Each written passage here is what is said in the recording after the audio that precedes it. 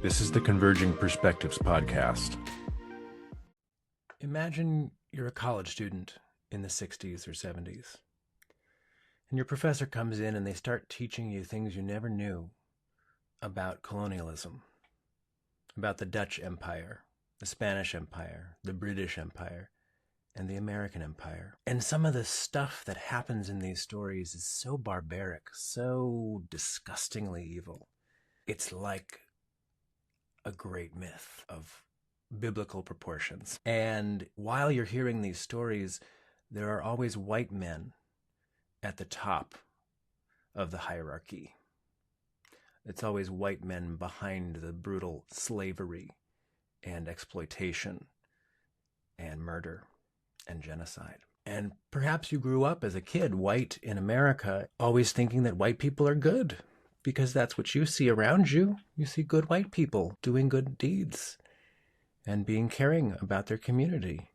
And even if you grew up in a progressive household or even a conservative one, your parents probably said, well, we should be fair to everybody. You know, we care about other races and other ethnicities, and they're also to be in our prayers and to be held in esteem. But when it comes down to this impact of these stories being told to you by these professors who in and of themselves are innocent, they are just telling you the facts, and they are facts. But the impact on your brain with these stories is of mythic proportions, because it basically enters the subconscious, rewiring the myths inside of you to say, oh my gosh, I was wrong. White people are bad. Often. Frequently. They are sociopathic murderers. Imagine how that shatters the psyche for a white person who never thought that way before. Imagine how this white person now sees themselves and their in-group as deeply flawed and deeply suspect. It's like we were being gaslit for our entire lives until this course woke us up. And from this, we get the term woke. Because it is being informed, it is being awake and aware of the atrocities happening all around us. And yet it is also a deeply emotional reaction to the information. Now, the professors may have had a broad historical context in their minds of how slavery has happened throughout all of human history, that people in Egypt enslaving Israelites, Africa enslaving every other tribe. You know, like this has been a constant thing throughout human history. In the East, it's no different. There has been slavery, there has been genocide, there has been disgusting ethnic cleansing and cultural oppression throughout human history. Only recently have white people been on top to do all the oppressing. And so it's not in proper context, but it doesn't matter to the subconscious, because the hammer of that new story, that new myth, now tells people, oh my gosh, I'm part of the guilty party. I am part of the evil ones. And in a natural reaction to this reverse of what a healthy ego is, which is to think of oneself as the hero in the story or the good guy or one of the good guys, this turns us upside down. And now in a sort of frantic reaction, white people are trying to fix it quickly so that we can get our good guy status back. Ironically, we never lost our good guy status. If we're a good human being, we're a good human being, regardless of what racial group we're in. Having privilege in Western society for being white does not make you a villain either. But it's hard for the sort of childlike subconscious to deal with this. Our brains are wired to come up with actionable meaning. So we basically create stories that quickly can be acted on subconsciously. So the impact of these deep stories really does rewire our brains and make us think differently. And the problem with this reactionary movement of progressives is that they're no longer in the cultural zeitgeist in which they started. When you're in a reactionary state, you're much more fearful. Your vision literally narrows. You get your dukes up. It's a warrior mentality that fear generates. And so instead of fighting for these values of progressive caring and loving for all the others, it becomes, again, an ethnocentric or even an egocentric fight for myself or for my in-group, or I'm going to attack those others with this philosophy of world-centric, everyone's together, which is deeply hypocritical. Now, just as a caveat, I want to point out that conservatives may be saying right now, yes, this is why we don't want to teach our children all these horrific stories of Christopher Columbus and other white heroes when they're children, because it can cause this terrible psychological reaction. Well, having caution around that may be appropriate, but actually whitewashing history is antithetical to education. It is against truth. It is against American values, I would say. Teaching history in its proper context might be the better way to go. We don't want to lie to our children now, because then they'll just be facing this same kind of gaslighting, earth-shattering realization moment later in life, and they'll become woke progressive activists, or they'll double down on their position, perhaps. But in any case, you don't want to stop teaching this stuff. You just need to teach it in context. When I first got to history and read Howard Zinn's A History of the United States, it was shocking to me to hear that Christopher Columbus wasn't this great adventurer explorer with no sin, that he was actually a kind of vicious, sociopathic-ish murderer of indigenous peoples. And it really did shock me. I really did feel this kind of like, wow, what an asshole. And how did I miss this all of my childhood? What was I being taught instead? All of this sort of patriotic nonsense. But honestly, that's a problem, because just because Christopher Columbus was a murderous, genocidal guy doesn't mean that all of American history and all of American patriotism is wrong. Reacting to the news that Christopher Columbus killed a lot of indigenous people and enslaved them is not going to help putting history in proper context. Perhaps all Spanish adventurers were that brutal in order to get the job in the first place, and none of the progressives of the 1400s gave a damn about indigenous peoples. Or if they did, they certainly weren't invited to be captains on ships traveling the world. These empires were looking for resources. They were looking to expand the economic base of their nation. So putting things in context is really important. If you look at Thomas Jefferson, you go, oh my gosh, he was a slave owner. Oh, George Washington was a slave owner. We can't be proud of our founding fathers anymore. Well, this is called Flintstoneization, just based on the cartoon show The Flintstones, where everything is modern culture, even though they're using dinosaurs for telephones and cars and cranes for building buildings and stuff. It doesn't fit. It's a complete misfit. Thomas Jefferson was probably a very moral man in the moral context in which slavery was acceptable in his time for his culture. It doesn't make it any more right from our perspective now, but it does not corrupt his moral character. And if you don't get that, I mean, you just need to read a little more about these histories, because this is, again, all of our ancestors survived by raping, murdering, and enslaving people sometime in our long ancestral past. Otherwise, we wouldn't be here. This reaction to the news that white people can be bad, that white people have been bad, it generates this what we call woke culture, which is, and I felt it myself, this feeling of like, oh, I need to get the dirtiness off of me. I need to somehow purify myself. I need to prove that I am an innocent, that I'm a good one. And that leads to the very subconscious but regular, frequent virtue signaling.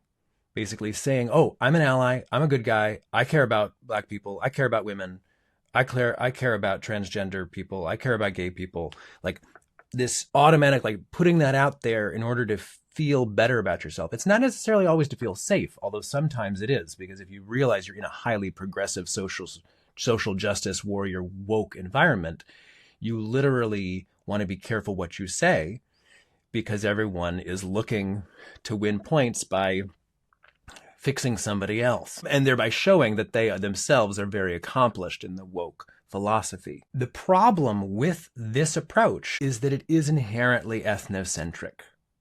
It's inherently going backwards. In the spiral dynamic system that we talked about last week, we realized that there are these sort of historical progressive cultural steps from archaic to animistic. We're sort of like ancient tribal peoples praying to nature gods and making blood sacrifices and superstition.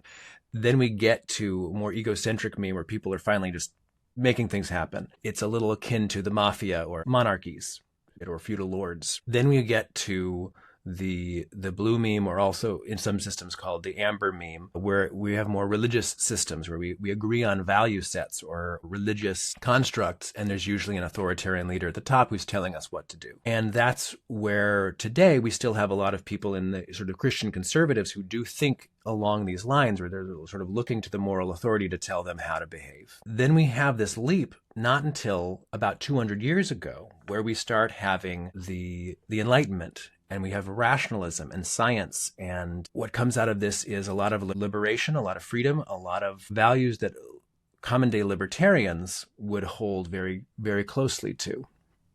Now, libertarians commonly are not conservative. They are split.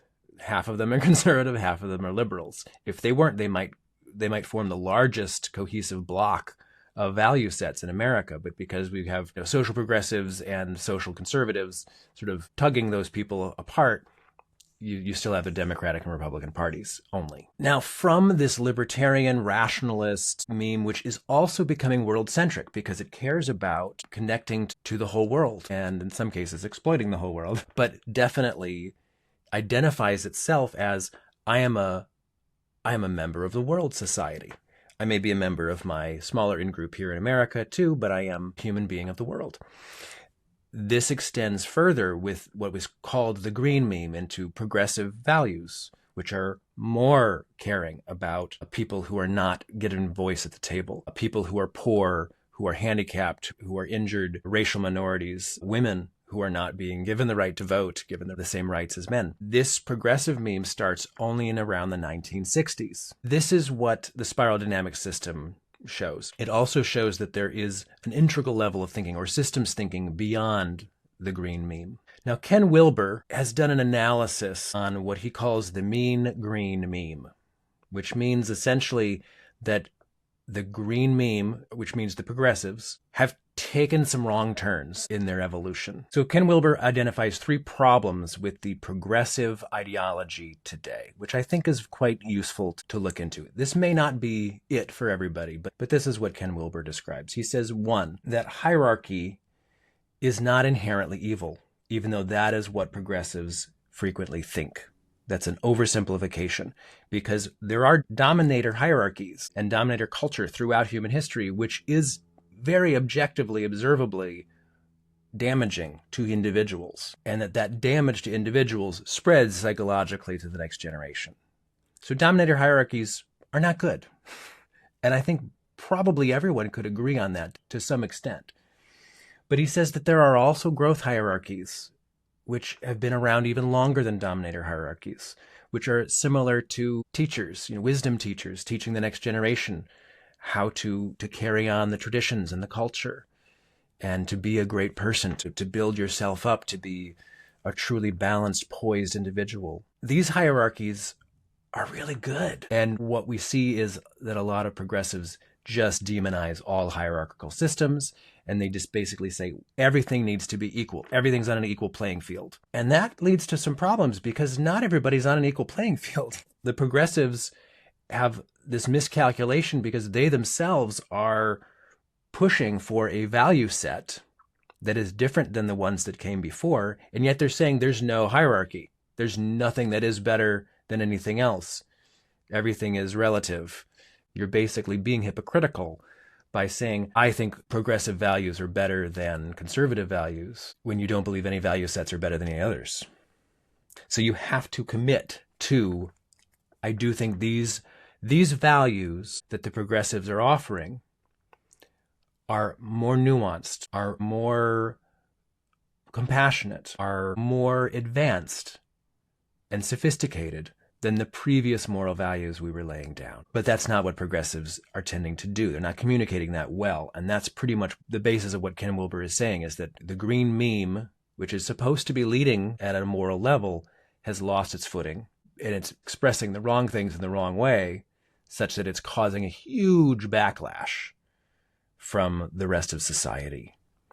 And that is why Donald Trump is our president, because he represents and champions everything that is anti-green meme. And you see, because he's made a lot of strange bedfellows that aren't in his value set at all. He's not really a Christian.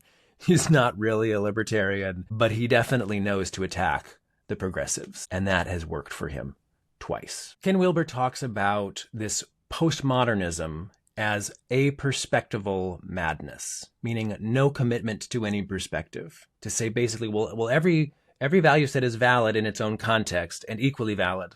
Therefore, there is no universal truth. Everything is contextual.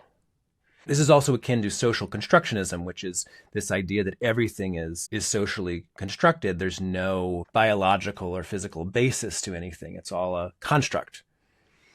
And that also is not exactly true. There's a lot of truth to it, but to say we're all blank slates that are just modeled based on what the culture is factually incorrect. It's just not true. Birds know how to build a nest without having a parent. Human beings will tend to do certain things based on their biological instincts alone. The basic thing of Chomsky is sort of obliterating behaviorism as the dominant psychological movement by pointing out that language is a pre-formed structure in the brain that just is waiting for encoding, but that it is already there. It's already built for language. And so you cannot say that we're blank slates. We're just not. We come with a lot of built-in mechanisms. Some contexts are universal, and therefore you can build universal truth sets.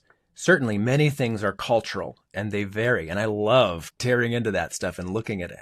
Whoa, those are the cultural variations of this tribe and this tribe. Like this means this aspect of society is not universal. That's very interesting.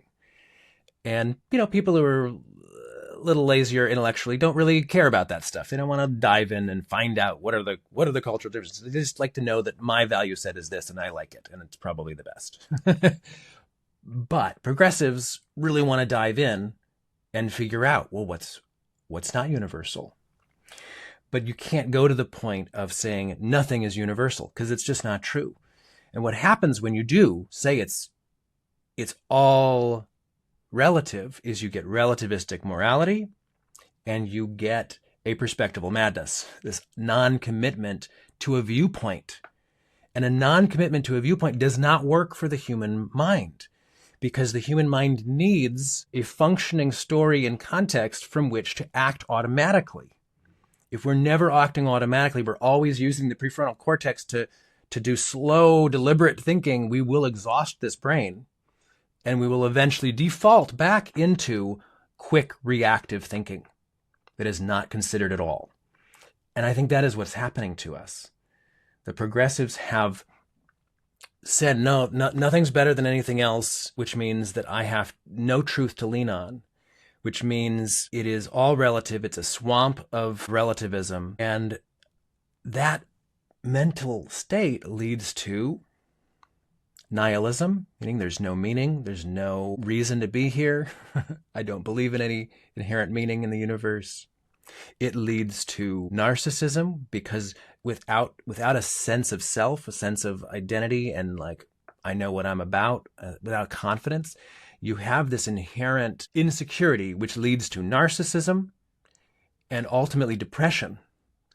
And you can look at how much people are on antidepressant meds today in America to see that this is happening. This lack of connection to self, this lack of rootedness in our ancestral history, and a lack of commitment to who we are today has led to great social illness. And it's a problem. And it's another reason why conservatives and libertarians have no interest in following progressives, if this is what they're peddling. If you're a white person who's afraid to be a leader because you're like, oh no, I'm just going to perpetuate the same cycle of oppression because I'm white, well, then you're not in a position to lead at all. You have to get to a place where, oh, I actually do have clarity on what's true here, and I do believe that what I'm leading with makes sense, and I can explain it to people and not just hit them over the head with it. The third problem that Wilber identifies is identity politics. The progressive green meme is inherently world-centric, and so it cannot backslide to a position of our group says this and it's better and we're going to beat you down with it. That's inherently hypocritical. And yet we see this happening all the time. And this is why when Trump beats the tribal drum and liberals and progressives react to it, he's winning, because progressives have to be in this loftier position of teaching, of going, hey, I don't think that that's the best way to do this, but you are still in my in-group. I accept you because we are part of one world. We are one. If progressives do not maintain that mindset, then they're literally going to contradict themselves. Progressives have to stay in the world-centric mind state, or they're basically down in a blue or a red meme, pretending that they're in a progressive state of mind. What progressives need to understand is that the evolution of morality includes all the previous iterations.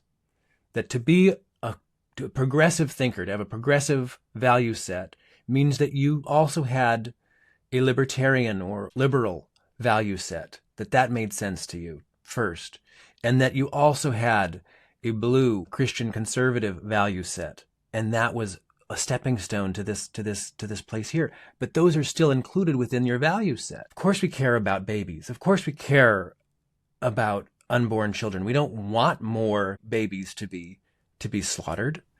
Of course not. These are not diametrically opposed systems, and yet politics has a way of creating these false subsets that can just be at war with each other and be equal value partners that just need to duke it out because one is right and one is wrong. That is not the way progressives can win in politics. They cannot win with this strategy. And what I've seen is that a lot of people who thinking that they're doing good, whether they're white, black, women, they are thinking that I'm going to go and I'm going to march and I'm going to be militant because I think that this movement needs is more pressure and more fervor and radicalness. And that's going to make the change happen like it did back in the civil rights movement.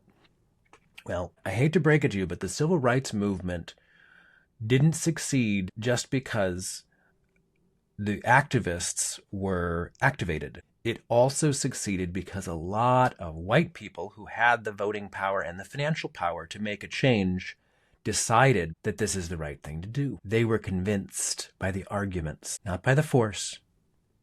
They might not have been paying attention if they didn't have all of these marches and all the violence that preceded. They might not have caught attention to it, but really the majority of the country shifted because they heard the moral arguments and they agreed with them.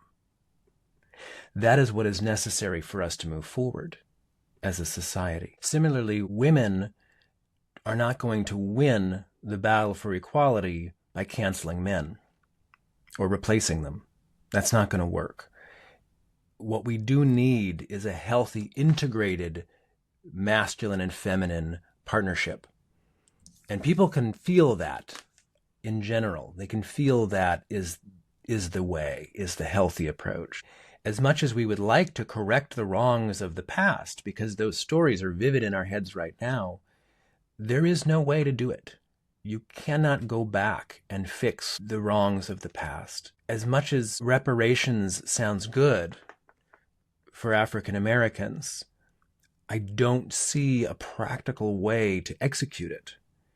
I think symbolically it's absolutely the right thing to acknowledge as a society that this history of evil perpetrated upon Black Americans is awful. It is just an abysmal, disgusting period in American history. But to fix it with money, I don't see how that's going to work. Because you have issues right away when you go into the practical assessment of, well, how much do people get? If you're half Black, what do you get? If you're only a quarter Black, what do you get? If your ancestors were slaves only, 4 generations ago or 10 generations ago. Now, how does that divvy up the amount of reparations? It becomes problematic very quickly. The real question of a solution is, how does it change society today? How does it fix us today? Giving people who have a different culture because they've been systematically oppressed for decades, does money suddenly fix that? No. Does it give them access to the upper echelons of society, just having money? Actually, not always. It's a sticky, wicked problem that needs to be solved through a lot of intelligent thought. As soon as you start talking about reparations for Black people, then you have to start talking about reparations for women, which is a much larger percentage of the population. And how do you deal with that? Well, you could say, well, white women are doing better than ever. They're going to college more than men. This is not something we have to solve. Well, ask the white women how they feel about that. With reparations, you have to think about all the other people who were oppressed. My ancestors were German, Irish, and Scottish and English immigrants. How many of them were oppressed systematically when they first got to America? What does the government owe them? And thereby me. And this is a problem with the progressive ideas today, which is that, okay, I see a victim and I see an oppressor. And that is what we see in our stories. That's what the brain actually naturally wants to see, because that's the simple narrative. We need to have automatic decisions being made for us. We need clear storylines drawn up. But that is oversimplified and it doesn't work. When you're always projecting a template of victim and oppressor on every scenario you come across, then you're always starting a fight. Because everybody's been oppressed at one point or another. Even the super rich people today at some point have been bullied or in some ways suppressed by their parents even. Starting from that standpoint is actually picking a fight rather than creating a solution. If we come from the standpoint instead that we are all victims and that we are all oppressors, that we are all people who have the capacity for good or evil, and that most of the time we're doing something in between, that I think is a healthier frame of mind from which to start dialogue, because the real strength of the progressives is to communicate. It's to be compassionate. It's to create bridges that unite us. That's what progressives are supposed to be doing. And Ken Wilber suggests this in his latest book, A Post-Factual World, that perhaps progressives need to rise up to the integral level or systems thinking approach to reality before they can really be in a position to lead again. And honestly, I think that may be the best way to do it, because things are systematic. We can prove it to the libertarians. Might even be able to prove it to the conservatives, because it is just how things work. You cannot whack-a-mole society into shape. You hit that mole, it goes underground, another one pops up somewhere else. You cancel racism here. By canceling that person, you get more racism over there. This is the problem with the progressives' approach to society today. It's not advanced. It's not systemic. And therefore, it's not working. And therefore, Trump is in office. But the real job of the progressives and the integral thinkers is to communicate with everybody else, because we're not the majority. You've got to convince people that your ideas are better than theirs. And you can't do that by telling them your ideas are wrong. You have to start by saying, I really love your ideas. I love what you're bringing forth. And I see it naturally extending into something a little more than just what you've already articulated. I'm going to build on your value set. And I think we should move it forward to be even more inclusive, that we care about women as much as we do about men. And we think that they are also great and honorable people who deserve to have a voice in the room and do a chance to lead. And we agree that all these people of different racial groups and ethnicities are of great value to America, and that what they bring from their unique cultural backgrounds is also very American and very valuable to us as a group. This dialogue is important. And I want to offer another bridge that's really valuable, in my opinion. And that is that the progressive green meme did not just start in the 60s. The ideas for the progressive value set can be found in the words of Jesus 2,000 years ago. And I think a lot of liberal Christians see it as obvious that this is Christianity. The meek shall inherit the earth. Blessed are the poor. Blessed are the brokenhearted. I mean, it's about taking care of people who are in need. It's about going, those lepers, I don't care if they're lepers. They're humans that deserve my love and my care and devotion. It's about the Good Samaritan saying, oh, just because I'm not a Jew doesn't mean I shouldn't help this person who's been beaten up in the road. This is what Jesus was saying. So if you're talking to a Christian conservative, you have the best segue, the best bridge to say, well, let's talk about Jesus and what he said. Because I think he said to do more than we're currently doing. And I think we can do more than we're currently doing. And here's how I think we can do it. Libertarians should be an easier sell because according to the spiral dynamics system, they're just a step away. All you need to do with libertarians is explain to them that, well, if we agreed that we should not have the government doing everything, we should not be so far off of the nature of economics that we can't predict what our huge pot of manipulations is going to do. At the same time, libertarians complain, rightfully so, that huge government leads to lots of corruption, unintended consequences, as I was just mentioning, and ineffectiveness, poor production for the input, takes you out of the economic system of competition, which does drive efficiency. So, of course, the libertarians are right about that. And you can't completely eliminate the government either, because you do need a balance of meritocracy and social values. Or, the social safety net, the social bond that is what keeps us together. It is what has allowed human beings to thrive for all of the years that we've been Homo sapiens. But the libertarians can be reached by talking about those values and then saying, okay, so how do we get there together? How do we get to the place where we aren't making inefficient systems like our medical system the way it is today? How do we get to a more efficient way of doing it, where it's not pharmaceutical companies and insurance companies profiteering off of us, but it is an efficient and effective system of care for everybody who needs it? Because if we don't get everybody, we will literally have people starving in the streets and bleeding out in front of us, in front of a hospital that won't admit them because they don't have insurance. Like, that's not okay. That is traumatic to witness. It is unethical, right? And I think most libertarians would agree. These bridges can be made. We just have to get off of the militant progressive approach, which has been so counterproductive for the last 20 or 30 years. Just think about cancel culture. Cancel culture came out of the left progressive movement. And it is everything that progressivism is not. It is punitive justice. It is no trial. It is jumping to cancel someone of power because the one person who you haven't even examined his or her story is claiming that they wronged them. It is dichotomous in, always victim and oppressor. It can't be, there's no gray areas. It's black and white.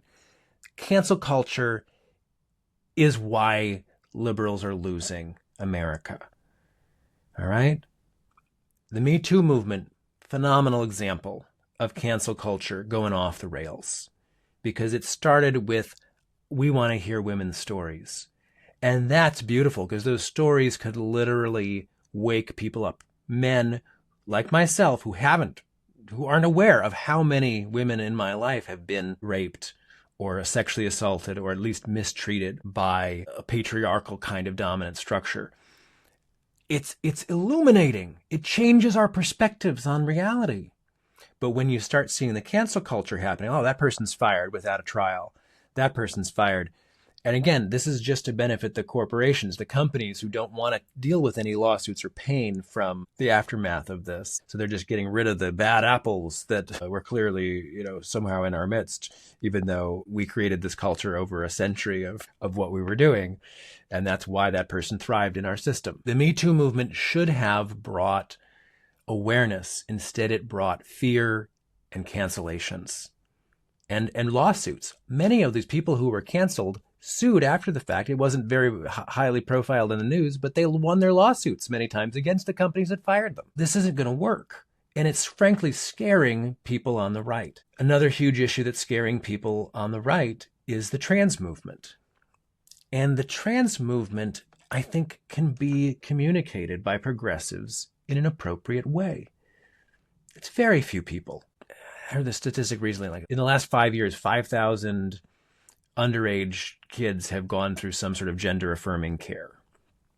So maybe 1,000 per year. It's not a very big number amongst 350 million plus people in this country. This is not a big issue for most Americans. But value-wise, it's a scary thing because the progressives don't want another minority group being oppressed and given a cold shoulder such that they end up committing suicide. Their parents don't want that either, even if they're conservatives. But conservatives and moderates and all sorts of liberals are afraid of this mentality being ushered into influencing their kids who are going through a difficult period of life during puberty anyway. And they don't want their kids being influenced into thinking this is their answer when it probably isn't. Because for most people, it isn't. And just the idea of going through extensive, lifelong hormonal treatments and surgery and the maintenance of that surgery, that's a lot to put on any human being. For a kid to make that decision is also pretty heavy. So this is a losing issue for progressives to fight it at the full level, without nuance, without it going, hey, listen, I don't want to influence your kids. I just want to say that when kids come forward and without influence and they still feel that they need this, I want them to have the option. I want them to be able to resource that when otherwise they may commit suicide. That's the way to communicate it. But don't hit people over the head with it. Don't let these stories get out there scaring people that you're going to have your kids taken away from you if you don't give them gender-affirming care. This is a fight that progressives will lose, and that fight alone may have also been why Trump got elected in 2024. Right now, conservatives cannot tell that progressives have a more sophisticated morality than they do. They see bluntness. They see a lack of consideration for their value set. They see immorality in the liberal progressives. So you have to articulate it better or you're going to lose this fight. I think that progressives need to own what they've gotten wrong over the last several decades and speak it. Say, okay, this was overreach. This didn't make sense. I admit this wasn't thought through. And progressives need to also acknowledge the values of conservatives that are still good, that are still golden, and that we should maintain. That's how we're going to start the dialogue again between the left and the right. Progressives can't just have the right ideas. They have to have the right energy of compassion to lead with those ideas. They have to actually live what they're preaching. They have to say, hey, I understand what you're feeling and what you're thinking, and I support you in this. But also, there are people being harmed over here at the same time while you're doubling down on your desire for there to be no more abortions. We're seeing a huge explosion of other problems from that standpoint that are maybe worse than the original problem. And I really care about people. I care about children being cared for if they are born unwanted.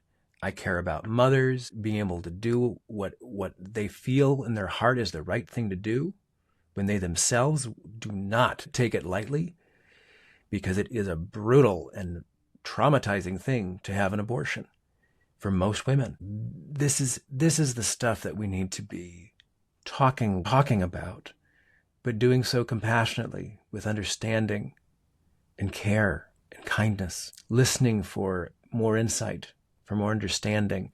We cannot bludgeon people with our value set that's antithetical to the progressive value set. It's hypocritical. We cannot double down with punitive justice when it has caused so much trauma in the past. We have to have an approach that is looking for healing, for restoration with our justice, a more advanced morality.